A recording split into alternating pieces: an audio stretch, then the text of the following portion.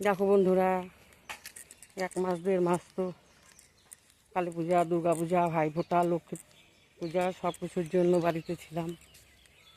এখন তো ব্যবসা বাণিজ্য তো বের হতেই হবে, কর্মের জীবন। তো ব্যবসাতে বেরিয়েছি। বন্ধুরা, তোমাদের একটা কথা বলি, দেখো সকালের দিকে ঠিক সময় তোমাদের দিতে পারবো, দুপুরের পর থেকে সময় ঠিক মতো তোমাদেরকে দিতে পারবো না। আবার বাড়ি গিয়ে রাত্রেবেলা তোমাদের সবার পরিবারে যাব। কেউ রাগ করো না বন্ধুরা, আমার পাশে থেকো।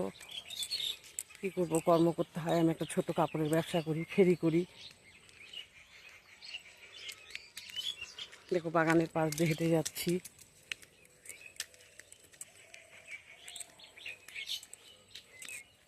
কর্ম তো করতেই হবে, কর্মই হচ্ছে বড় ধর্ম, তাই না বলো বন্ধুরা?